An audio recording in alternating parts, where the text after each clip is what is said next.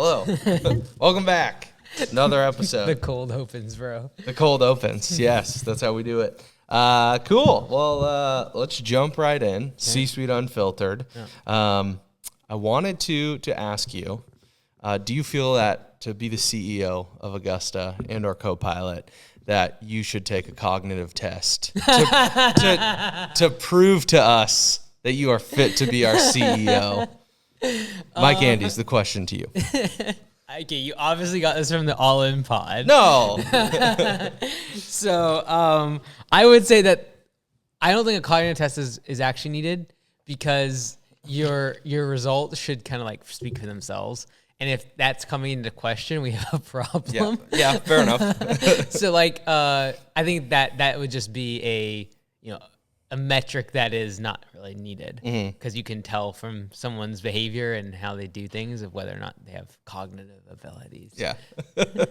So if you don't know what I'm alluding to there, obviously, we don't talk politics often. I know Mike isn't the most interested in politics. He's more interested in business. I feel like I have a tendency to lean towards, I just enjoy politics and the gamifying of it and learning about it. But basically, Biden was potentially supposed to take a cognitive test, or he was asked to, and then they never forced him to, or he declined it. I don't know the semantics of it, and I'm not going to pretend I know the semantics of it.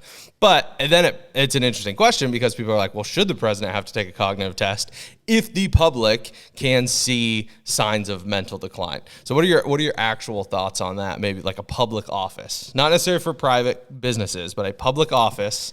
Should there be certain if you're gonna look hoops at this, to jump through? If you're gonna look at this from like a neutral standpoint, yeah, like apolitical. Trump didn't submit, have never gave his tax returns, right. So it's really just a matter of I just don't care about all those things. Yeah. I just care about how does it impact me and the people I love. Yeah. And so, like, the bottom line is the thing that's troubling about the cognitive test is, like, technically this person is control of nuclear powers. However, the thing is, because he's built his organization, i.e. his the cabinet and everyone around him, the staff, so much, they make the decisions. Mm-hmm. So, like, that's why we've kind of had a ho-hum several years, because, like, he's not doing much, and his staff is running it. So to the point that All In made is like it's in their best interest to keep that going because they make the decisions. Mm-hmm. And so I'm not really opposed to it. I just look at the track record and like I just judge them based upon that. Mm-hmm. And like I just I don't care about someone's personality. I don't care about their morality. I don't care about any of those things at president level, other than, I guess from a morality standpoint, it does reflect sometimes on the country. And that's like part like with Trump, I just think he miserably fails in. Yeah. It's like, and that's what his biggest thing is like, do you want this guy really being representative of America? Not really. Yeah. But like the things he has done like affects positive. Like we didn't have any wars. Mm-hmm. Like if you just strip out like one thing, he kept us out of war. Mm-hmm. And he went to North Korea and shook people's hand, and went to Russia and that's what the president's supposed to do. Right. And so that's what I judge them on. I hate his morality.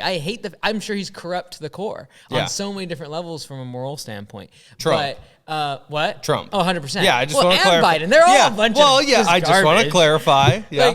Those things. But like, I just care about their policies because that actually impacts me. Right. And then, with an asterisk, I would say next to it, like there are certain representations of our country and then like trickle downs from our leadership. Mm-hmm. But when it's kind of like a shadow government and like other people running it and not the actual president, like we don't get a lot of impact from Biden because we hardly hear from him. Yeah. Right. And for some people, that's what they love. They just I want the president to shut up and never hear about him again. Yeah. And that's fine. Like that's what they're going to vote for, right? I vote for more of a perspective of like, how are their policies going to affect me and the people I love? Yeah. And that is like my team and Augusta Nation. Yeah, totally. And so that's how I would vote personally. Yeah, that's fair. Do you think America as a whole on the world stage, do you think we have an image problem? Do you think we need to do some rebranding? Get a new marketing campaign out? Look, dude, every country has its problems because every single politician's so corrupt and every government's corrupt.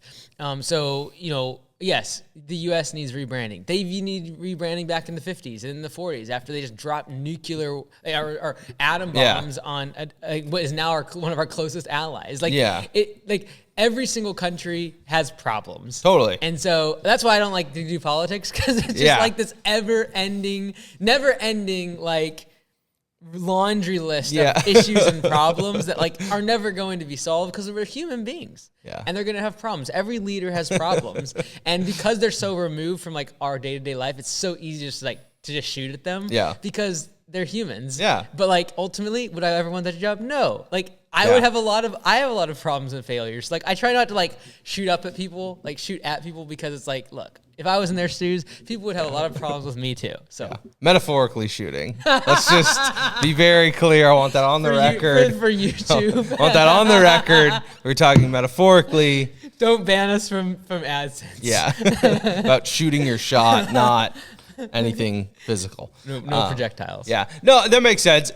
But I'll push back on you in this, that you are a well-educated, successful citizen of the United States. All right. Let's reduce you to that. Yep. Okay. You should be the person though that should be wanting to make change, right? Like taking your civic duty and voting. I'm assuming you vote. Okay. But you should also be at the forefront of trying to ask for political change. You could flip that really easily, that logic. You could say that the people that are not well educated, aren't white, and are not male should be the ones looking for change too. Right, and I'm not saying that's like a prerequisite. I'm not saying you're have saying to I am enabled to be able. You to aren't able change. to. Yes. Yeah, and I vote with my dollars. Right, but so does that mean are you contributing to like political campaigns, or you're saying you vote with your dollars via the free market? The free market. Yeah.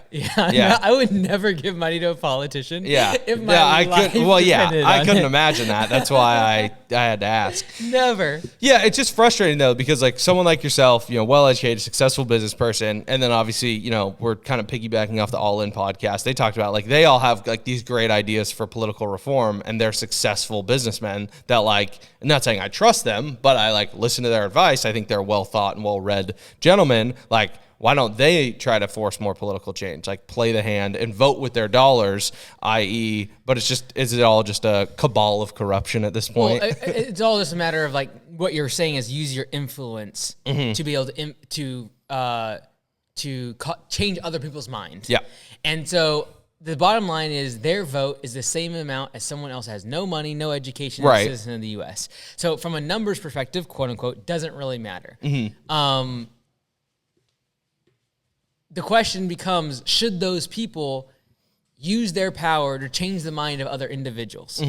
Because in my opinion, it could be argued. I wouldn't say my opinion. No, it could be argued that like they should not say anything because the individual citizen should be making a judgment call based on direct data from like say a debate or like what the policies are of the candidates instead of what so-and-so thinks and like an actor thinks. Like that just boggles my mind. Yeah. When people are like, oh, because this actor thinks they're going to vote for this, I'm going to vote for them. Like, yeah. Are you out of your mind? Like if you just shut up and not vote, it'd be so much better because you have no idea what the policies are, no idea whatsoever. Yeah. And so I don't believe necessarily like even like that's why for myself, like I don't really share a lot about politics because like I don't really change someone's mind. I don't have all the information. I could in 10 years I could find out this person's corrupt and completely messed up. Yeah, that makes so it's sense. just like, hey, look, these are the policies and like the agenda that I believe in. Right? I believe in free market capitalism. I believe like low inflation, let the market determine things, and that anytime the government gets involved, bad things happen. Yeah. Keep us out of war. Yeah. Because no one should be dying over the stupid things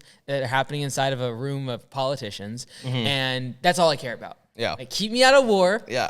Make sure the economy's doing okay. Keep gas prices low enough. Don't do stupid things around green energy, garbage. That's a bunch of waste of money.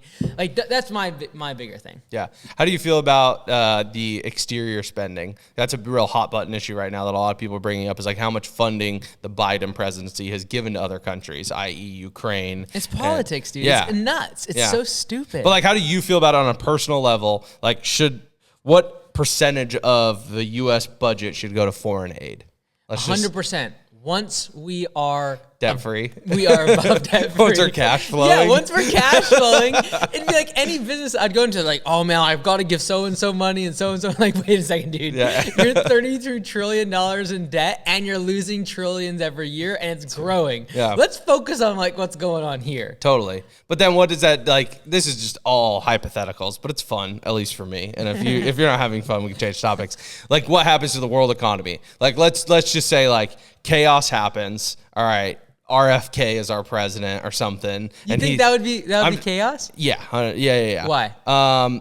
Because I think the two-party system would like not let it happen. Yeah, we would just have a 6 to 12 month like circus court of like there's no like the Biden campaign saying it wasn't a real election, the Trump campaign saying he was robbed, and like we would have 12 months of just nothing getting done. Of just circus courts and allegations and blame games, and like the Senate would hold out, and then they'd shut down the government again, and then the average citizen is like, can I just like pay less in taxes? Yeah.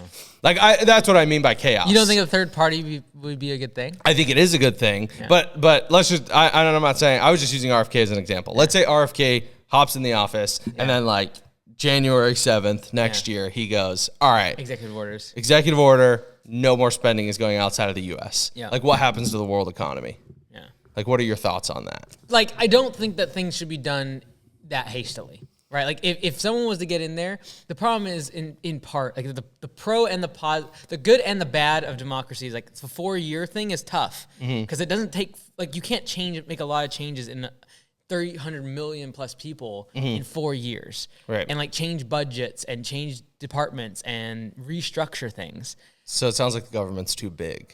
Oh, it's way too big, dude. It's way too big. Interesting thought. And if it can't be done quickly. I would be a huge fan of a third-party system. Yeah. A third party. Like, the two-party system is completely broken. It's all messed up, the way the funding works. You should vote party lines at this point. That's so dumb. It's so stupid, dude. If that isn't like if that doesn't make you feel like the system is broken, like, then you should reevaluate how you assess it, because like essentially like when November comes, like I already know where I'm voting, and it's like it doesn't matter because like it's just a two-party system, and I'm gonna vote party lines. Yeah. But that's wrong, and it's like the conversation people have is like, these are our best two options, or these are our three best options. Like this is bad, right? And then the thought is like, well, maybe RFK comes in, stirs the pot, but does he just take votes from the right, or Trump in this case? He's the leading candidate at this point. And then they lose to Biden. Which in my opinion, I feel like is probably the worst situation. I'm just gonna speak candidly. I would rather have someone that actually is like in control of the presidency and not run by the staffers in the background. So yeah, the three-party system I think is good. Well, not even a three-party system, just a more open-ended system. Yeah. I just hate the idea of having Democrats and Republicans. Like, I just want what policies are being made. Like, I hate you being labeled as conservative. It's like, look, I just have certain policies that I think are positive for the country and help the people I love and myself. Yeah. And that's how I should be voting, not based upon like the color of your tie. Totally. Like, it just boggles my brain. And so I think that the third party, like, I think in 50 years we'll have more than two parties, because people will get so sick and tired of what's happening and like seeing what's happening. But this is the bottom line. Every country has its problems when it comes to politics, and ours isn't as bad as a lot of others. That's fair. We are in it, and we are going to cast stones inside of our little like ivory tower. But like, there's countries where it's a complete kangaroo court. It's completely rigged. It's completely messed up. There's no democracy. There's no voting. So like, hey, it's comparatively not that bad.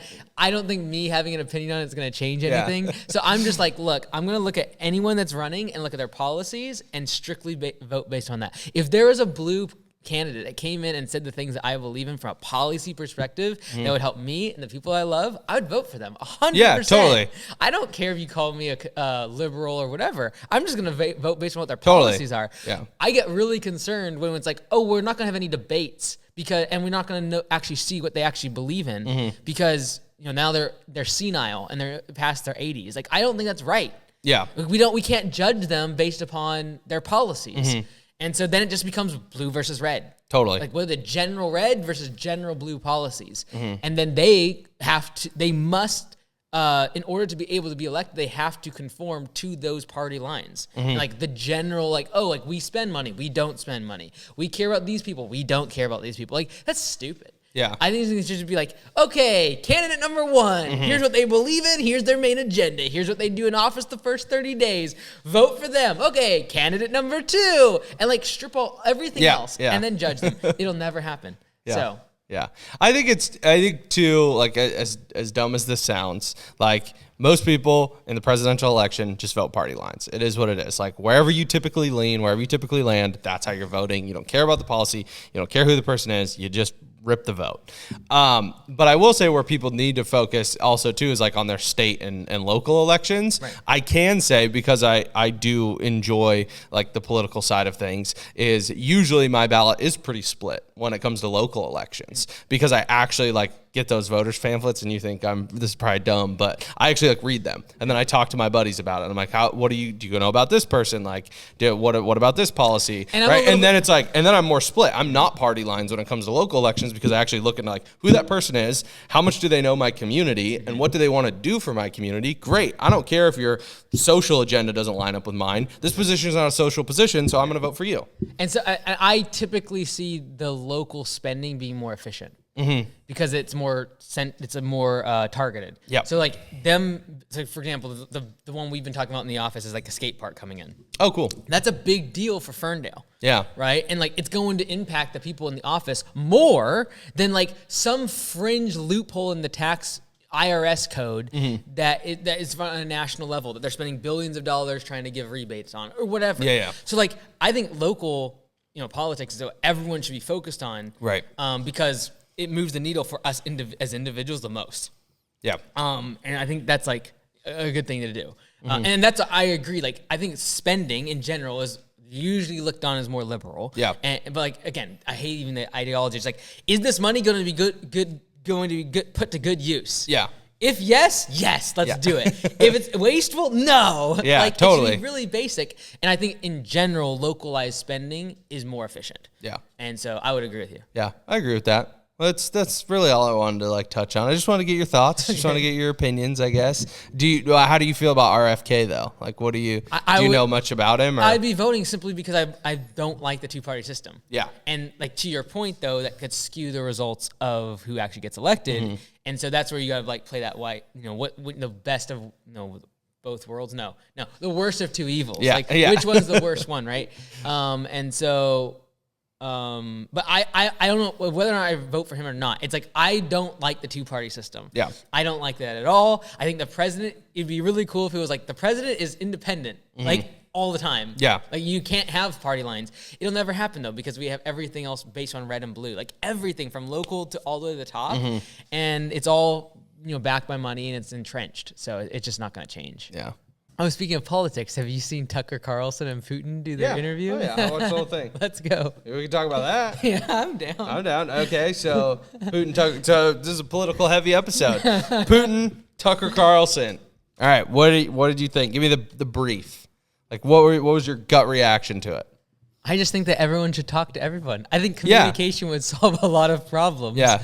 And so whether you think that Tucker is being too nice to the Russians, or you think that, and you think that Putin's like the worst man alive, and should be convicted of war crimes, or if you think that like it's all the U.S.'s fault, it doesn't really matter. I just think people should talk. Yeah. Like I just think that 90% of conflicts could be solved if you just got people in a room and had a good conversation. Yeah. Like I just genuinely believe that. Yeah. Like employee problems, like lots of things. If you just communicate. Yeah. And so that's where I believe that Trump got points. Is like he went to our worst enemies and talked to them. Yeah. You don't have to agree with people on everything, but like just talk to them. Like, where are you at? Where am I at? Okay, is there any compromise in the middle? Because if you don't compromise, you will lead to war.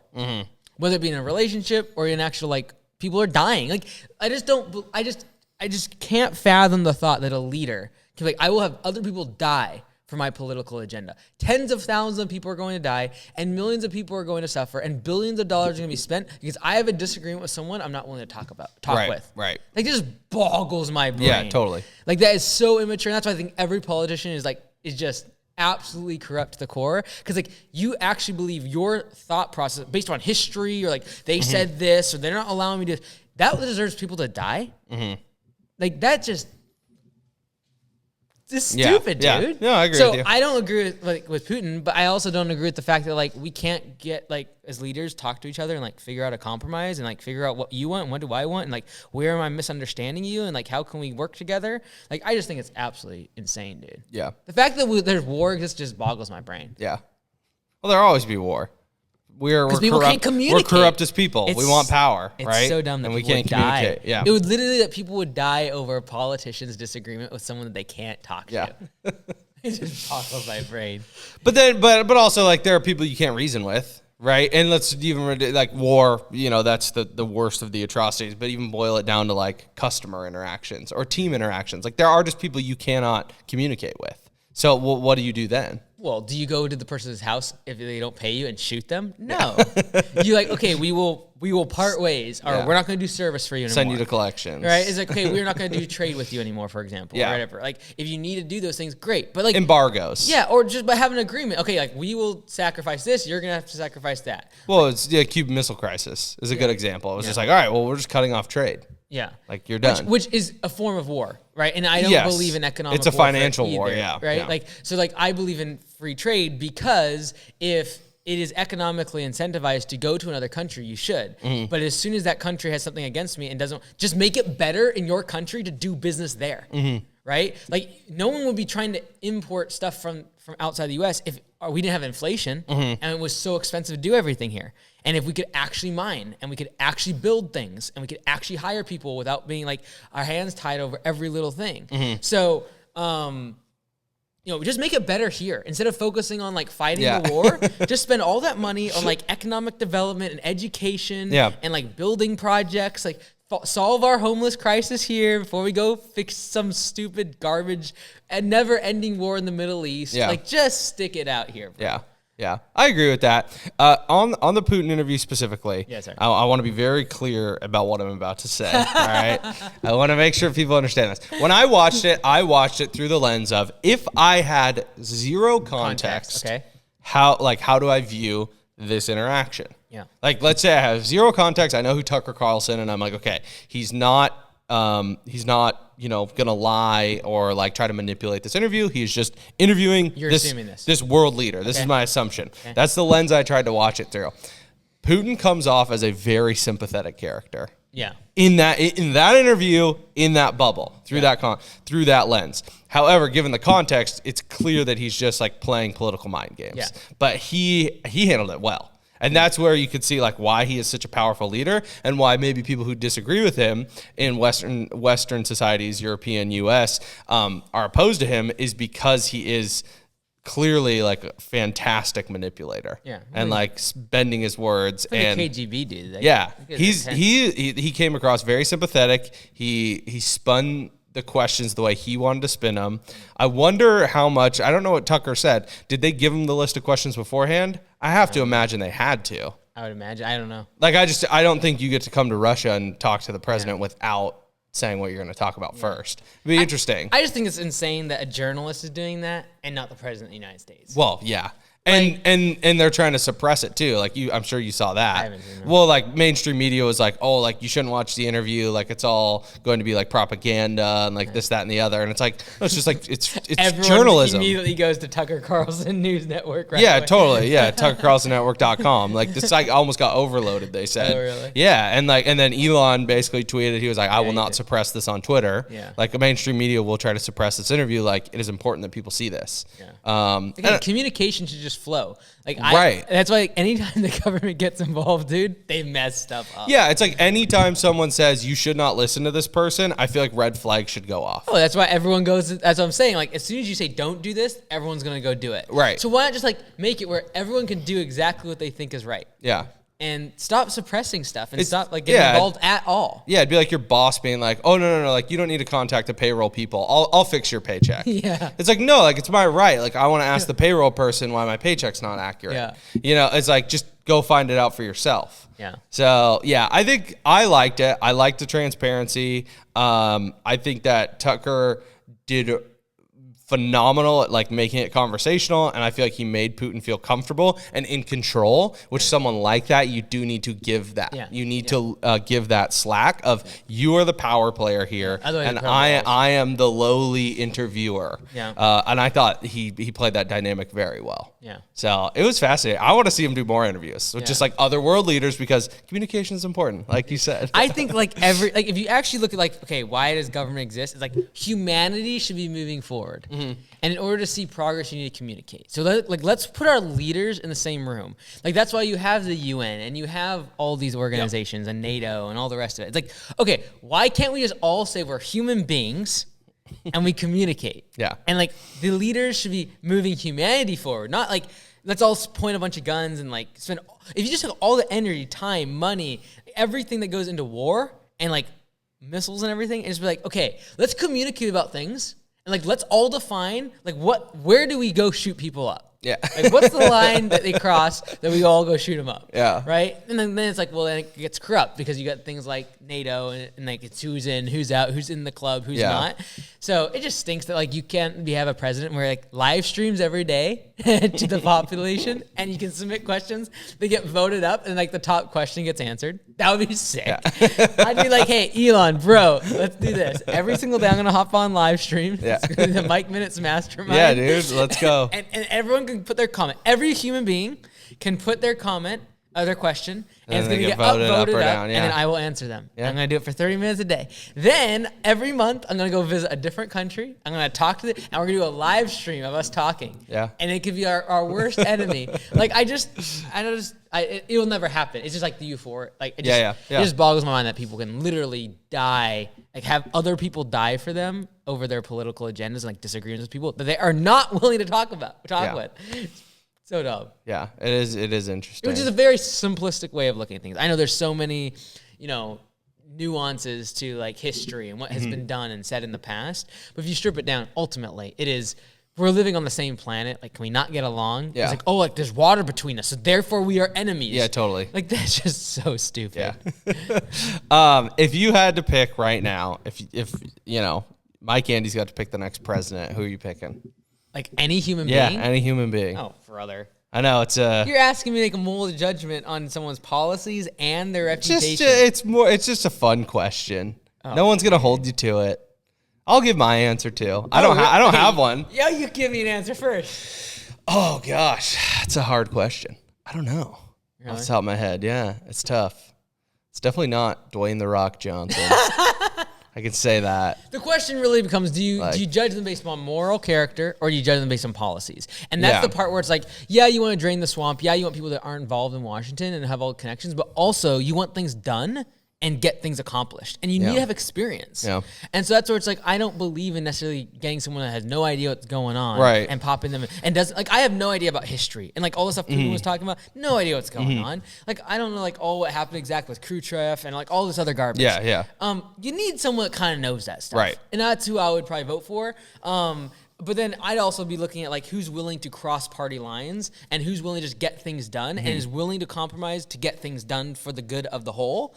And that's just a very difficult person to judge without seeing them do anything. So like it's easier to look back and see who was a good president versus who will be a good president because I can look at their track record. Yeah. Probably Andrew Tate. No. No, never. That was a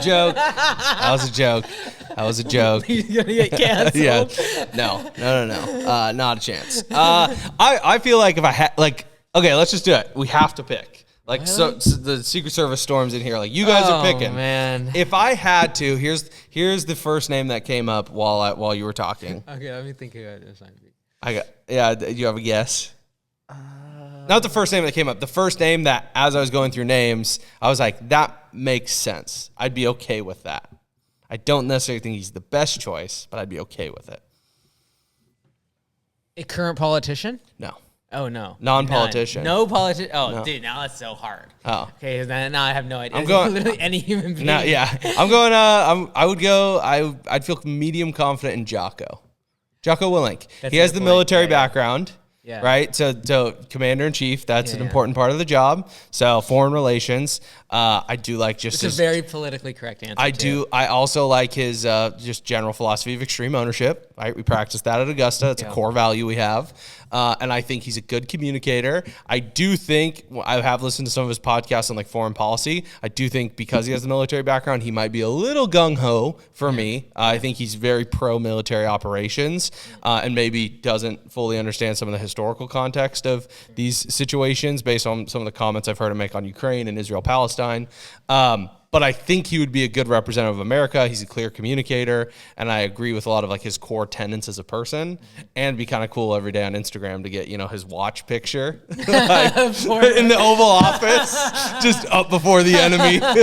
All his little slogans all over the White House. Like, take that old man's picture down. Let's get after it on there. Yeah, take down Jimmy Carter. Put up a pull-up bar. Like, do morning pull-ups. Doing morning wad. Yeah. I think I'd go Jocko if I had to pick right now. Okay. If someone forced me to pick, that's where I'm going.